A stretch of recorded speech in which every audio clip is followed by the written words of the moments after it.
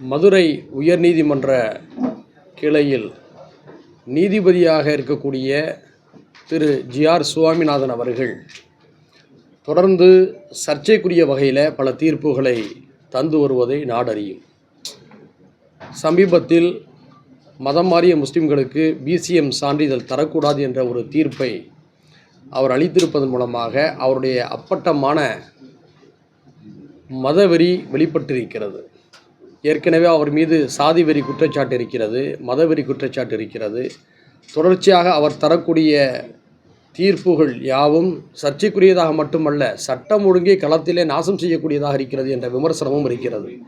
இந்த நிலையில் வஞ்சகமும் வன்மமும் நிறைந்த தீர்ப்புகளை தொடர்ந்து தந்து கொண்டிருக்கக்கூடிய அவருக்கு சாதி மதம் தொடர்பான எந்த வழக்குகளையும் விசாரிக்க சென்னை உயர்நீதிமன்றத்துடைய தலைமை நீதிபதி அனுமதி கொடுக்கக்கூடாது என்று வலியுறுத்தி கேட்டுக்கொள்கிறோம்.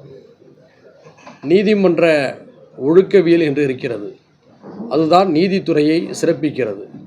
அதற்கு நேர்முரணாக தொடர்ந்து செயல்படக்கூடியவராக மதுரை உயர்நீதிமன்ற கிளையில் இருக்கக்கூடிய நீதிபதி ஜி.ஆர். சுவாமிநாதன் செயல்பட்டு வருகிறார். அவருக்கு எதிராக நாடாளுமன்றத்திலேயே பதவி நீக்க தீர்மானத்தை எதிர்க்கட்சியில் கொடுத்திருக்கிறார்கள், அதுவும் நிலுவையில் இருக்கிறது. எனவே அப்படிப்பட்ட ஒருவரிடம் இனி சாதி மதம் தொடர்பான எந்த வழக்குகளையும் விசாரிக்கக்கூடாது என்பதை மாண்புமிகு சென்னை உயர்நீதிமன்றத்துடைய தலைமை நீதிபதி முடிவெடுக்க வேண்டும் என்று அழுத்தமாக ஜனநாயக சக்திகளுடைய விருப்பமாக நாங்கள் தெரிவித்துக் கொள்கிறோம். வேறு ஏதாவது கேள்விகள் இருக்குன்னா?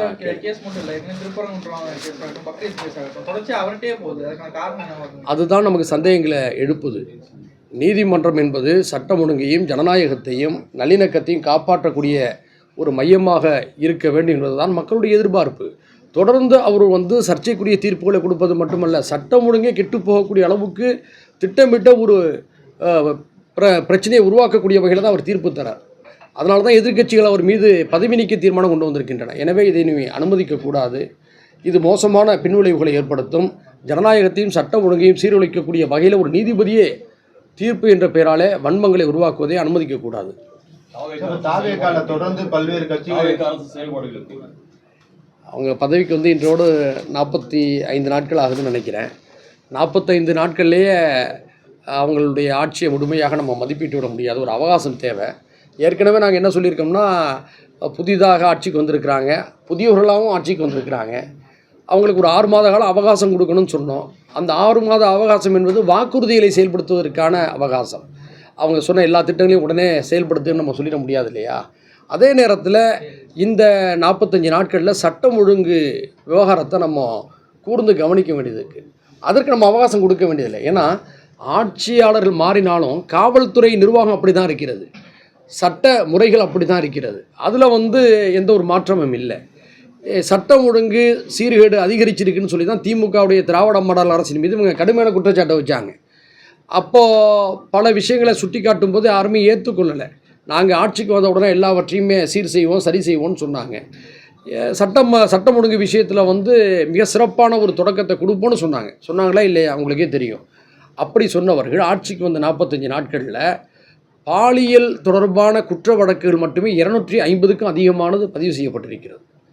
250க்கும் அதிகமான வழக்குகள். 93 வயது மூதாட்டியை கற்பழித்திருக்கின்ற பத்திரிகை செய்தி நம்ம பார்த்தோமா இல்லையா?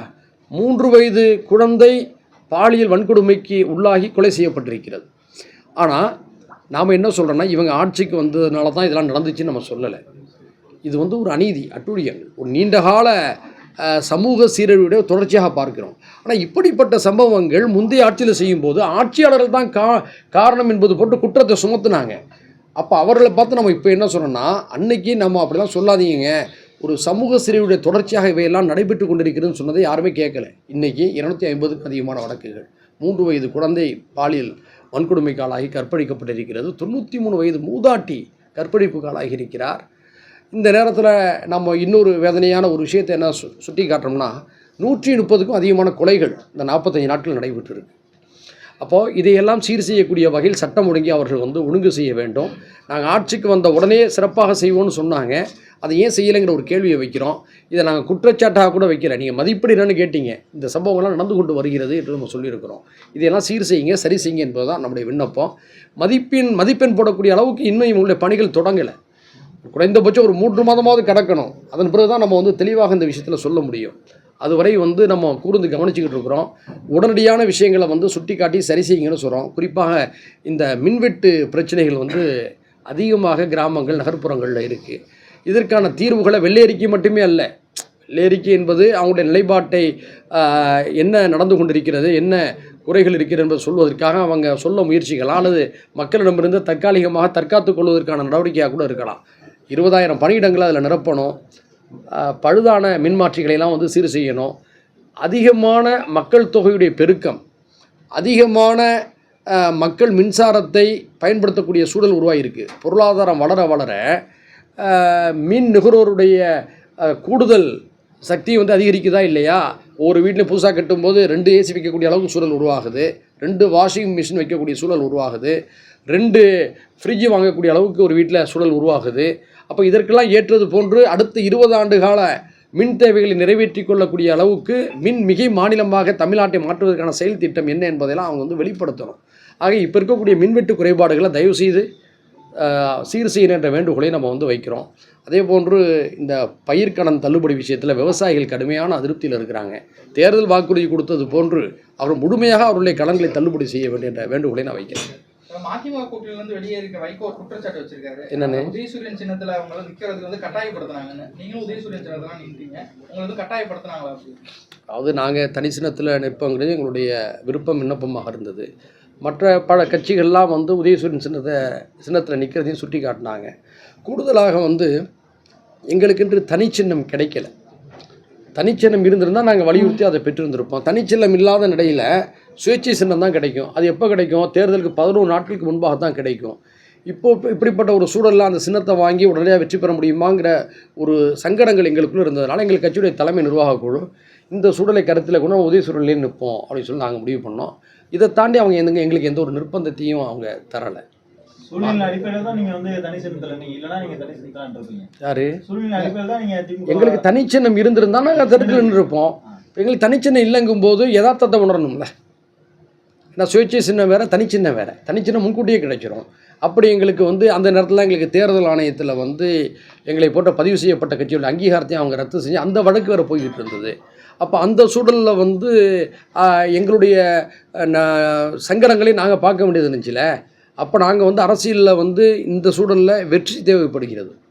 அப்போ வெற்றி தேவைப்படுதுன்னு சொன்னோம்னா உதயசூரியன்டா வெற்றி எளிதாக கிடைக்கும். தனிச்சின்னம் இல்லாத நேரத்தில் சுயேட்சை சின்னம் சொன்னால் அதிகபட்சம் 11 நாட்களுக்கு முன்பாக தானே கிடைக்கும். அதுக்குள்ளே போய் சேர்த்து மக்கள்கிட்ட அதை பதிய வைக்கிறதுக்குள்ளே எதிர்த்தரப்பு வேகமான முன்னேற்றத்தை அடைஞ்சிருவாங்க. அப்போது எங்களை போன்ற வளரும் கட்சிகளுக்கு உடனடி வெற்றி தேவைப்படுகிறது. எங்களுடைய வளர்ச்சிக்கு வெற்றி தேவைப்படுகிறது. இந்த நேரத்தில் நாங்கள் அழுத்தமான முறையில் நாங்கள் மல்லு கட்டி இருந்தோம்னு சொன்னோம்னா நாங்கள் வந்து பின்னடைவை தான் சந்திக்க வேண்டி வரும். பெரிய கட்சிகளுக்கு கூட அந்த சிக்கல் இல்லை. எங்களை போன்ற வளரும் கட்சிகளுக்கு இந்த நெருக்கடி இருக்குதா இல்லையா? இப்போ அதனால் நான் வந்து அவங்க உதயசூரியன் சொல்லும்போது சரியாக எங்களுக்கு பட்டுச்சு, நாங்கள் ஏற்றுக்கொண்டோம். அதை நாங்கள் தவறுன்னு சொல்லலையே. சட்ட ஒழுங்கை பொறுத்த வரைக்கும் கடந்த திமுக ஆட்சியில் வந்து டிஜிபி பல வருட கனவா இருந்துச்சு, போடவே இல்லை. இப்போ வந்த உடனே டிஜிபி போட்டாங்க. அதை எப்படி பார்க்குறீங்க? உடனே இது வரைக்கும் வந்து குற்றவாளியை கைது பண்ணலை அப்படின்ற ஒரு புகார் கூட இது வரைக்கும் இல்லாமல் இருக்குது. குற்றவாளிகளை கைது பண்ணியிருக்காங்க. கடந்த ஆட்சி காலத்தில் யார் இருந்தா சார் அப்படின்ற வசனம் பொறுத்த வரைக்கும் நிறைய வழக்குகளில் குற்றவாளியை கைது செய்யறதுலேயே வந்து தொய்வு ஏற்பட்டுருந்துச்சு. அதை எப்படி பார்க்க? அதாவது டிஜிபி இல்லாத நேரத்தில் அந்த சங்கடம் வந்திருக்கலாம். அப்போ டிஜிபியை போட்டிருக்காங்க, நல்ல விஷயம் தானே. நான் அதை கிரிட்டிசைஸ் பண்ணலையே. நல்லது செய்யும்போது நாங்கள் பாராட்ட போகிறோம், அது இல்லைங்கும் போது விமர்சனம் பண்ண போகிறோம். உடனே டிஜிபியை போட்டிருக்காங்களா, பாராட்டத்துக்கு ஒரு விஷயம் தானே. தாவேக்கள் நிறைய கட்சி இணைகிறாங்க, நீங்கள் தாவேக்கள் இணைய வாய்ப்பு இருக்கா? எதுக்கு நாங்கள் இணைக்கணும்? எங்களுக்குன்னு கொள்கை கோட்பாடுகள் இருக்கிறது, எங்களுக்குன்னு தனித்தன்மை இருக்குது, எங்களுக்குன்னு ஒரு நீண்ட கால பார்வை இருக்குது.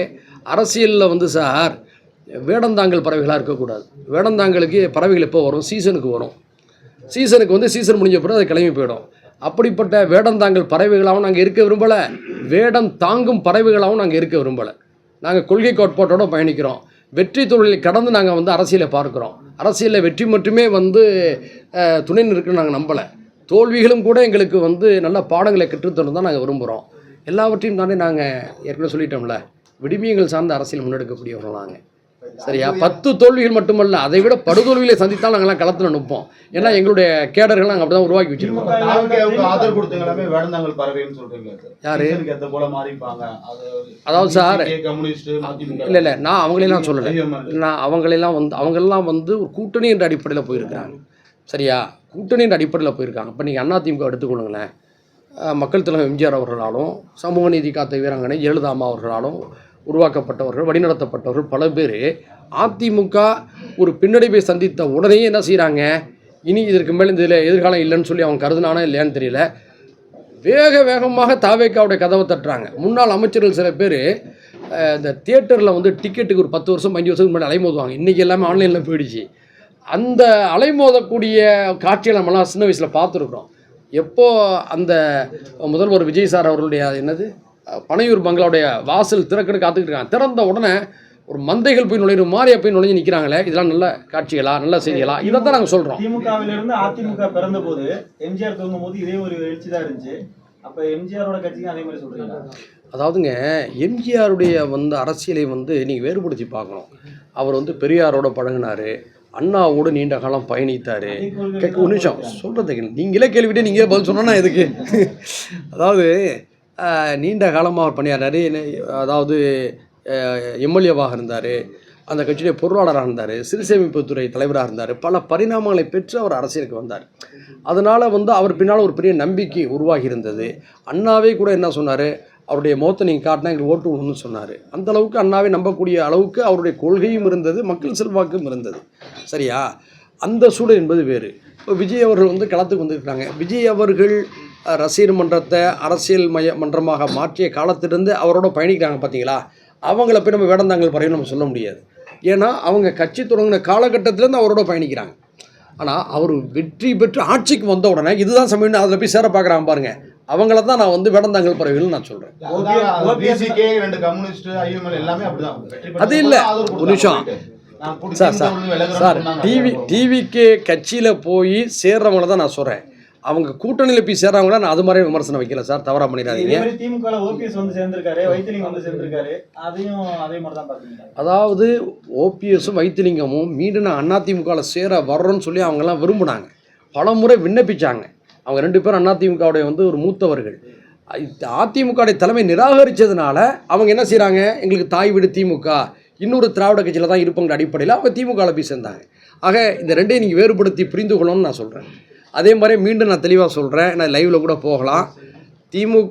டிவிக்கு அரசியல் பங்கேற்க சென்றிருக்கக்கூடிய அந்த புதிய கட்சிகளை பார்த்து நான் அப்படி சொல்லவே இல்லை. அது அவங்களுடைய கட்சியுடைய விருப்பம், நல்லா புரிஞ்சுக்கிறணும். ஆனால் தவறான செய்திகள் போயிடக்கூடாதுல்ல சார். இப்போ மாறி ஒரு அரசியல் சூழல்ல திமுக பிஜேபி கூட்டணி அதில் அவங்க நெருங்கி போகிற மாதிரி தெரியுது. அப்படி ஒரு சூழல் கூட்டணிலாம் வந்ததுன்னா அவங்க நிலைப்பாடு எப்படி இருக்கும் சார்? எழுதி வைத்துக் கொள்ளுங்க சார். இப்படி ஒரு கருத்து திட்டமிட்டு பரப்பப்படுது. அதாவது தமிழ்நாட்டில் ஒரு சில தந்திரமாக சில பேர் ஒரு வேலையை செஞ்சுக்கிருக்காங்க. இதுக்கு பின்னாடி வந்து டெல்லியுடைய சில அரசியல் சூழ்ச்சியாளர்கள் இருக்கிறாங்க. என்னென்னா, திமுகவை தனிமைப்படுத்தணும், அண்ணா திமுகவை பிளவுபடுத்தி பலகீனப்படுத்தி ஒரு இடத்தை அழிவை நோக்கி தள்ளி விடணுங்கிற அடிப்படையில் சிந்திக்கிறாங்க, செயல்படுறாங்க. அதில் இப்போ என்ன செய்கிறாங்கன்னு சொன்னால், அடிக்கடி திமுக பிஜேபியோட போக போகுது அப்படி சொன்னோம்னா எங்களை போன்ற ஜனநாயக சக்தியில் கோவம் வந்துடும். கோவம் வந்த பிறகு திமுக விமர்சிப்போம்னு நினைக்கிறாங்க. அப்படி ஒரு எந்த முகாந்திரமோ அது பற்றிய ஒரு ஆவணாவோ எழுதப்படாத நிலையில் தேவையற்ற வதந்திகளை சில பேர் பரப்புகிறாங்க. அந்த வதந்தி என்பது வதந்தி மட்டும்தானே தவிர உண்மை அல்ல. திமுக பாஜகவோடு சேருவதற்கான எந்த முகாந்திரமும் இல்லை. திமுக வந்து ஒரு சிலபஸ் ரீதியாக செயல்படுறாங்க. ஏற்கனவே வாஜ்பாய் அவர்கள் காலகட்டத்தில் திமுக பாஜக கூட்டணி உருவானுச்சு. எவ்வளோ பெரிய மோசமான பின்னடைவை திமுக சந்திச்சிச்சு. கலைஞர் வருத்தப்பட்டார் ஒரு கட்டத்தில். நாம் வந்து கலைஞர் வந்து அண்ணன் முரசொலி மாறன் அவர்களுடைய மறைவுக்கு பிறகு, அந்த கூட்டணியிலே வெளியே வந்த பிறகு திண்டுக்கல்லில் வந்து திமுக ஒரு மண்டல மாநாடு நடத்துது. அப்போது அந்த சமயத்தில் அண்ணா திமுக கூட்டணியில் இருந்த கட்சிகளெல்லாம் திமுக கூட்டணிக்கு வருது. அப்போ வந்து இப்போதைய திராவிட முன்னேற்ற கழகத்துடைய தலைவர் தளபதி ஸ்டாலின் அண்ணன் அவர்கள் நீங்கள்லாம் போகக்கூடாத இடத்துக்கு போயிட்டீங்கன்னு சொல்கிறார். உடனே கலைஞர் அந்த கூட்டத்தை சொல்கிறாரு, அவங்க மட்டுமல்ல நாமும் போகக்கூடாத இடத்துக்கு தான் போனோம்னு சொன்னார். அதாவது போகக்கூடாத இடம் என்று அவர் சொன்னது பாஜகவை. அதன் பிறகு இதுவரை பாஜகவுடைய நிழலின் பக்கம் கூட நெருங்கக்கூடாது என்ற முடிவில் வந்து திராவிட முன்னேற்ற கழகம் இருந்துக்கிட்டு இருக்கு. அதனால் அந்த கேள்விக்கு கற்பனை என்ற அடிப்படையில் தான் நான் வந்து கருதுனே தவிர அது உண்மை அல்ல. திமுக போகாது. எதிர்ப்பு வந்து தேர்தலுக்கு முன்னாடி இருந்ததுக்கு இப்பவும் குறைஞ்சிருக்கு. என்னது? இல்லை இப்போ என்னென்னா இவங்க ஆட்சியில் இருந்தவங்க ஆட்சியை இழந்துட்டாங்க. இவங்களிடமிருந்து தமிழக வெற்றி கழகம் ஆட்சியை கைப்பற்றிருக்கு. இப்போ உடனடி எதிரியாக இவங்க தானே இருப்பாங்க அரசியலில், சரியா? இப்போ அதிகமான பாதிப்பு அவங்களை பொறுத்தவரை இப்போ டிவிக்கு தமிழ்நாட்டு அளவில், தேசிய அளவில் இன்னும் அவங்க பிஜேபியை வந்து விமர்சித்து தான் இருக்காங்க. தமிழ்நாட்டு அளவில் இப்போ டிவிக்கு வந்து திமுக எதிர்ப்பில் வந்து முதலிடத்தில் நிற்கிது. அப்படி தான் புரிஞ்சு கொள்ளணும். யார்? இந்தியா கூட்டணியில் பங்கேற்கவில்லை. இந்தியா கூட்டணி நடத்திய நிகழ்ச்சியில் திமுக பங்கேற்கவில்லை. அதிகாரப்பூர்வமாக வெளியேறிவிட்டதாக இதுவரை அவங்க செய்தி சொன்னது மாதிரி எனக்கு தெரியல சார். அந்த நிலைக்கு காரணம் யார்? காங்கிரஸ் தான். அதாவது இந்தியா கூட்டணியை காங்கிரஸ் கட்சி செம்மையாக வழிநடத்தி இருந்திருக்க வேண்டும். ஏனென்று சொன்னால் நமக்கு சில மாற்று கருத்துகளோ சில வருத்தங்களோ காங்கிரஸ் மீது இருக்கிறது. ஆனால் தேசிய அளவில் இன்று பாஜகவுக்கு மாற்று என்று சொன்னால், பெரிய கட்சி என்று சொன்னால் காங்கிரஸ், அதுக்கு அடுத்த இடத்துல தான் 2 கம்யூனிஸ்ட் கட்சிகளும் வர்றாங்க. அப்போ அந்த பெரிய இடத்தில் இருக்கக்கூடிய காங்கிரஸ் நாட்டின் நலன் கருதி, தங்களுடைய நலனையும் கருதி, இந்தியா முழுக்க இருக்கக்கூடிய அனைத்து ஜனநாயக சக்திகளையும் ஒருங்கிணைத்து செல்வதில் கவனத்தோடு இருந்திருக்க வேண்டுமா இல்லையா? அந்த பிழையை செய்தார்கள். இப்போ தமிழ்நாட்டில் சமீபத்தில் இந்த ஆட்சி மாற்றத்துக்கு பிறகு நடந்த விஷயத்தில் திமுக கடுமையான வருத்தம் இருக்குது காங்கிரஸ் மேலே. இதையெல்லாம் காங்கிரஸ் முன்கூட்டியே சிந்தித்து இந்த வருத்தம் வராத அளவுக்கு சில விஷயங்களை செய்திருந்திருக்கலாம். ஆனால் செய்ய தவறிட்டாங்க. அப்போ திமுகவுக்கு வருத்தம் இருக்கத்தானே செய்யும், கோபம் இருக்கத்தானே செய்யும். அதனால் இந்தியா கூட்டணியில் வந்து இந்தியா கூட்டணி கூட்டத்தில் கலந்துக்கல. நிரந்தரமாக வெளியேறிவிட்டதாக இதுவரை சொல்லவில்லை. ஒன்றிய அரசோட கண்மூடித்தனமான மோதலை விரும்பவில்லைன்னு சொல்லி முதல்வர் விஜய் பேசியிருக்காரு. திமுக சார்ந்த அளவோடு சார், கண்மூடித்தனமாக நீங்கள் யாரோடையும் மோதணும்னு நாம் சொல்லவே இல்லையே. பிரச்சனையின் அடிப்படையில் ஆதரியுங்கள், பிரச்சனையின் அடிப்படையில் எதிருங்கள் என்று தான் நம்ம சொல்கிறோம். திமுக அப்படி தான் இருக்குது, பிரச்சனையின் அடிப்படையில் எதிர்க்குது. உதாரணத்துக்கு பாருங்கள், தமிழ்நாட்டுக்கு தர வேண்டிய கல்வி நிதியை ஒன்றிய பாஜக அரசு தரவில்லை. தமிழ்நாட்டுக்கு தர வேண்டிய நிவாரண நிதி, பேரிடர் நிவாரண நிதியை ஒன்றிய பாஜக அரசு தரலை, கடுமையாக விமர்சிக்கிறாங்க. அதே நேரத்தில் ஆப்ரேஷன் சிந்து நடவடிக்கை நடந்துச்சா இல்லையா? உடனடியாக களத்தில் இறங்கி மக்களை திரட்டி ஒன்றிய அரசுக்கு திமுக ஆதரவு கொடுத்துச்சா இல்லையா? அப்போ கண்மூடித்தனமாக எதிர்த்தாங்களா? இல்லை. அதனால் பிரச்சனைகளை கொள்கை பூர்வமாக திமுக எதிர்த்தது, நாட்டுடைய நலன் அடிப்படையில் சில விஷயங்களை ஆதரித்தது. அதே போன்ற நிலைப்பாடு டிவிக்கும் எடுக்கிறது தான் நம்ம சொல்கிறோம், சரியா? யாரும் கண்மூடித்தனமாக இருக்க வேண்டிய அவசியமே இல்லையே சார். அது நல்ல அரசியலாகவும் இருக்குது. அதில் ஆட்சியும் மாறிடுச்சு, காட்சியும் மாறின்னு சொல்லி துரை எம்பி சொல்லியிருக்காரு. அதை நீங்கள் எப்படி பார்க்குறீங்க? மாறும் நினைக்கிறீங்களா? ஆட்சியும் மாறிடுச்சு, காட்சியும் மாறிடுச்சு, மாறும்னு நம்பிக்கை துரை பேசியிருக்காரு. ஆட்சி மாறிய சரி, காட்சி மாறுன்னு எதை சொல்ல வர்றாரு? நீ சொல்லுங்க, எனக்கு தெரியலைங்கிறேன். ஏன் சார் நீங்க தான் கேள்வி காட்சி மாறினா எல்லாமே என்ன கோரிக்கை வச்சிருக்காங்க? என்ன கோரிக்கை கொடுத்தாங்க? மின்வாரியத்துல கேங்மேன் பணி நியமனத்துக்காக கோரிக்கை வச்சிருந்தாங்க. யாரு? சரி, 5000 பேருக்கு வந்து பணி நியமனம் உடனே வழங்கணும். சரி, அது வந்து அதை பரிசீலிக்கப்படும் அவர் சொல்லியிருக்காங்க. பரிசீலிக்கப்படும் தானே சொல்லியிருக்காரு சார். ஆக்சுவலா அவர் என்ன சொல்றாரு, முதல்வரை சந்திச்சு வந்து ஒரு 7 பக்கம் கோரிக்கை கொடுத்தேன். அவர் வீட்டுல இருந்து வெளியே வர்றதுக்குள்ளார அந்த பகுதி நாப்பாறை பகுதியில இருந்து எனக்கு தொடர்பு கொண்டு புதுக்கோட்டை கந்தர்கோட்டையில இருந்து என்ன கோரிக்கை என்று நேரடியாக வந்தால் முதல்வர்கிட்ட சொன்னீங்க, உடனே நடவடிக்கை சொல்லியிருக்காருன்னு இந்த ஒரு நடக்குது. இதனால ஆட்சி மாறி சொல்லியிருக்காரு. அதாவது இது வந்து ஒரு ரைமிங்காக சொல்லக்கூடிய விஷயங்கள் அரசியலில், அதுவும் இதுவும் ஒன்று. இன்னொரு விஷயம் என்னென்னா, அதிமுக ஒரு முடிவு எடுத்துருச்சு. அவங்களுக்கு வந்து திமுக கூட்டணியில் இருக்கக்கூடாதுன்னு ஒரு முடிவு எடுத்துட்டு அவங்க சொல்லியிருக்காங்க. அவங்களோட உள்கட்சியுடைய விவகாரம், நம்ம அதை அதிகமாக பேச வேண்டியதில்லை. ஆனால் அதை திருப்திப்படுத்துவதற்காக இப்படி எங்களுக்கு நாங்கள் கோரிக்கையை கொடுத்துட்டோம், செஞ்சிட்டாங்கன்னு சொல்லி தங்களுடைய முடிவை நியாயப்படுத்துவதற்காக அவங்க சில கருத்துக்களை சொல்லலாம். அதை அப்படி தான் நான் இதை புரிஞ்சுக்கிறேன். மக்கள் பணி நடந்தால் நல்லது தானே சார். 20,000 பணியாளருக்கு எடுத்தாங்கன்னா நம்ம தான் பாராட்ட போகிறோம், வாழ்த்த போகிறோம். நான் சொல்லிட்டேன்ல, நமக்கு காழ்ப்புணர்ச்சி எதுவும் இல்லை சார். நல்லது. இப்போ மதுக்கடையில் மூணாங்கல்ல, சட்டமன்றத்தில் நம்ம ஆதரித்து பேசணுமா இல்லையா? எல்லாம் பூர்ண மது விலக்கு கொண்டு வந்தால் இன்னும் வாழ்த்தி பேசுவோம். நல்ல விஷயத்தை யார் செஞ்சா என்னங்கிறேன். ஆரோக்கியமாக தான் இந்த விஷயத்தை நம்ம அனுப்புகிறோம். ஜாதி அடையாள அட்டை வந்து வழங்கப்படும் செங்கோட்டையன் வந்து பேசியிருக்காரு. ஒரு திராவிட கட்சியில் பயணித்த அண்ணன் செங்கோட்டையன் இப்படி ஒரு முடிவை அறிவித்தது எனக்கு அதிர்ச்சியாக இருக்கிறது. தமிழ்நாட்டில் இந்த சாதி மத விவரங்களை ஏன் சேகரிக்கிறாங்கன்னு சொன்னால், அவங்களுக்கு தேவையான நலத்திட்டங்களை கொடுக்க வேண்டும். புள்ளி விவரங்கள் அடிப்படையில் பின்தங்கிய மக்களுக்கு முன்னேறுவதற்கான வாய்ப்புகளை தர வேண்டும் என்ற அடிப்படையில் தான் சாதி மத புள்ளி விவரங்கள் சேகரிக்கப்படுகிறது. அதை அட்டையில் வைத்துக்கொள்ள வர வேண்டும் என்று சொல்வது மிக மோசமான பின்விளைவுகளை ஏற்படுத்தும். இப்போ தான் தமிழ்நாட்டு மக்கள் நீண்ட கால பரப்புரைகளுக்கு பின்னாலே பல தலைவர்களுடைய அரிய உழைப்புக்கு பின்னால் இந்த சாதி மத துவேஷங்களை எல்லாம் தொலைச்சிட்டு முற்போக்காக வந்துக்கிட்டு இருக்காங்க. முற்போக்காகவும் ஜனநாயகத்தன்மையோடு வர்றாங்க. அதனால் நம்ம வந்து இந்த கட்சினால் நடந்துச்சு, அந்த கட்சினால் நடந்துச்சு, இந்த தலைவரால் நடந்தது, அந்த தலைவரால் நடந்ததுன்னு சொல்லி நம்ம பாகுபடுத்தி பார்க்க வேண்டியதில்லை. எல்லாருடைய உழைப்பும் நல்ல ரிசல்ட்டை கொடுத்துருக்கு. அப்படிப்பட்ட நிலையில் மீண்டும் மாணவிகளுக்கு மத்தியில் மனக்கசப்பையும் பிரிவினையும் தூண்டக்கூடிய வகையில் அமைச்சர் செங்கோட்டையன் அவர்கள் இப்படி ஒரு அறிவிப்பை செய்திருப்பதை நாங்கள் வன்மையாக கண்டிக்கிறோம். உடனடியாக அதை திரும்ப பெற வேண்டும். முற்போக்கு சிந்தனைகளையும் ஜனநாயகத்தையும் நம்ம வந்து பிள்ளைகள்கிட்ட ஊக்குவிக்கணும். அதுதான் எதிர்கால தலைமுறைக்கும் நல்லது, நாட்டுக்கும் நல்லது. சரியா? அதை ஏற்றுக்கொள்ள முடியாது, கண்டிக்கத்தக்கது. அடிப்படை திராவிட தத்துவத்துக்கும் எதிரானது, தமிழ்நாட்டு மக்களுடைய இயல்பான மனநிலைக்கும் எதிரானது. சார், திருச்சி கிழக்கு இடைத்தேர்தலில் வந்து நீங்க உங்க கட்சி சார்பாக போட்டிடுவாங்களா இல்ல திமுக? சீக்கிரமாக நாங்கள் கட்சியுடைய செயற்குழு கூட்டம் நடத்த போகிறோம். செயற்குழுல கருத்து கேட்போம். அப்படி ஒரு முடிவு எடுத்தாங்கன்னு வச்சுருங்களேன், எங்கள் கூட்டணியில் நாங்கள் பேசுவோம். சரியா? வாய்ப்பு இருக்குது, பார்ப்போம். செயற்குழுல திமுக கூட்டணி தொடரணும்னு அறிவிப்பீங்களா?